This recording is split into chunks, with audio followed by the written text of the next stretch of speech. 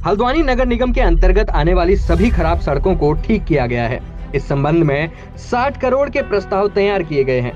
नगर आयुक्त पंकज उपाध्याय का कहना है कि बरसात के बाद खराब सड़कों को ठीक किया जाएगा। इसके अलावा यह भी ध्यान दिया जाएगा कि जो ज्यादा खराब सड़कें हैं उनकी मरम्मत का कार्य पहले पूरा हो जाए। मुख्य मार्गों पर जो बड़े गड्ढे हैं उन्हें भरने के लिए रात में काम किया जा रहा है ताकि यातायात में कोई भी परेशानी ना हो। इसके अलावा नगर निगम के वार्ड में नियुक्त किए गए सफाई कर्मियों के लगातार शिकायत मिलने के चलते नगर आयुक्त पंकज उपाध्याय ने कहा कि स्वच्छता को लेकर कोई भी समझौता नहीं किया जाएगा और लापरवाह कर्मचारी को अब सीधे बर्खास्त करने की कार्यवाही की जाएगी। कई बार कर्मचारियों के कार्यस्थल से गायब होने की शिकायत मिल रही है। इस वजह से नगर आयुक्त ने 60 वार्डों में कार्य कर रहे 900 कर्मचारियों को चेतावनी जारी कर दी है। नगर निगम क्षेत्र हल्द्वानी कारगोदाम में लगभग 60 करोड़ की रोडों के पुनर्निर्माण मेंटेनेंस सर्फेसिंग के लिए प्रस्ताव तैयार किए गए हैं और जो मेजर रोडें हैं उनके टेंडर भी कर दिए गए हैं और बारिश रुकने के बाद उसमें काम कराया जाएगा।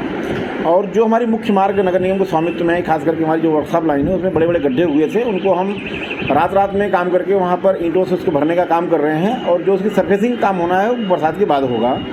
और मैं पुनः स्पष्ट करना चाहता हूँ कि जो भी रोडें ज़्यादा खराब हैं उनका प्रस्ताव तैयार कर लिया गया है, उनके लिए धनराशि की व्यवस्था भी की गई है। बरसात ऋतु के तत्काल बस में निर्माण कार्य कराया जाएगा।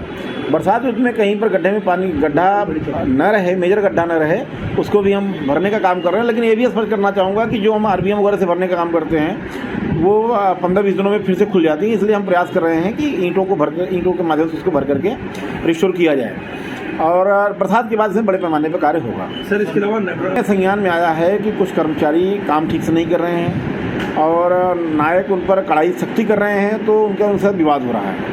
फिर कर्मचारी आरोप लगा रहे हैं कि नायक गलत कर रहे हैं। तो मैंने अपने नगर स्वास्थ्य अधिकारी से अपेक्षा करी है कि वो ऐसे क्षेत्रों में जहाँ पर कर्मचारियों में और नायकों में विवाद हो रहा है उसकी गोपनीय जाँच कराएं और स्पष्ट करें कि कौन दोषी है। दूसरा, मैं ये स्पष्ट करना चाहता हूँ कि चाहे नायक हों चाहे कर्मचारी पर्यावरण मित्र हों, जो भी अपने दायित्व का निर्वहन नहीं कर रहा है, अपनी बीट में अपने क्षेत्र में सफाई व्यवस्था सुनिश्चित नहीं कर रहा है, नालियों को क्लीन नहीं रखने का काम नहीं कर रहा है, अब पुष्टि होने पर मैं किसी भी दशा में उनके खिलाफ कठोर कार्रवाई करूँगा।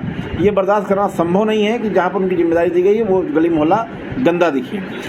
अभी तक तो हम निलंबन की कार्रवाई करते थे, लेकिन बार बार गलतियाँ दोहराने पर बर्खास्त करने की कार्रवाई करनी पड़ेगी तो हम करेंगे।